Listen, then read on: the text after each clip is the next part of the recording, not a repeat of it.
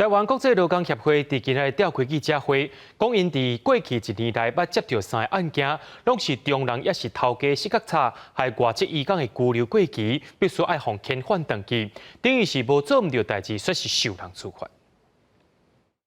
错不在我，错不在我，却受罚，却受罚，工作拘留，工作拘留，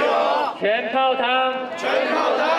台湾国际劳工协会体外今日伫移民署头前开记者会，讲因伫过去1冬内陆续接到3位外籍移工来投，讲因为中人也是雇主的疏失，害因居留证件过期。体外向移民署陈情，移民署讲，按照规定，移工居留过期以后30天内，是会使伫纳付款了后重新申请居留。不过体外是讲，移工证件甲文件拢放伫中人甲雇主遐，而且若要伫平常日出外办代志，移工就要请假，对因来讲是较困难的。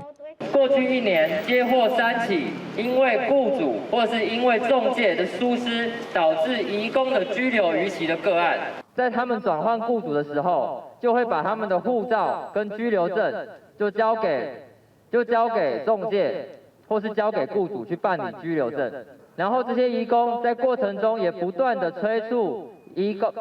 仲介或是雇主，提醒他们要去办居留证。现场嘛有立委指出，移民署应该大先有调查的定数，才会使做处分，袂使无分无会就甲移工遣返。行政程序的规定